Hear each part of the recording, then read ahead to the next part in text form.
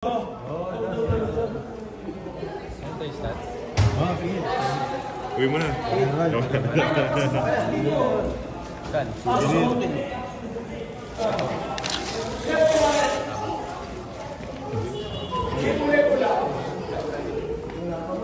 Andre, Fortunately, well guard.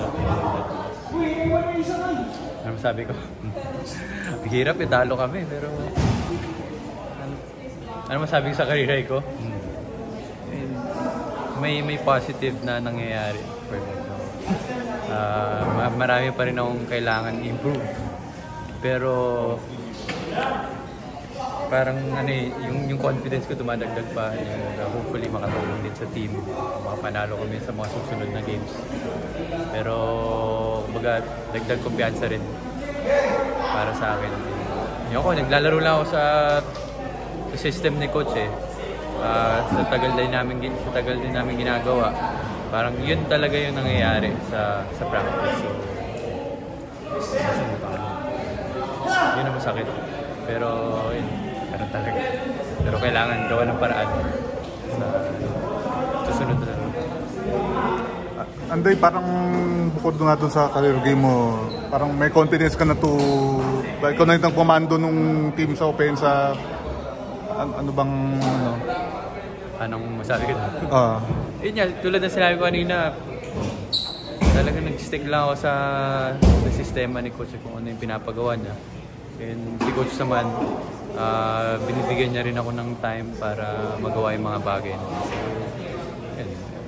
And thankful ako sa mga coaches na everyday nagpupulit sila ng bola sa team. Talagang yung effort nila nandun eh. So, yun. So, Andre, gano'n lang ka disappoint dito kasi pang ilang game na to na, yun nga, sa dulo na dadali lang. Yun nga, lahat ng games sa amin, talo kami sa rebounding eh. So, yun yung laging sinasabi ni coach na hindi ka mananalo pag ang daming possession ng kalaban.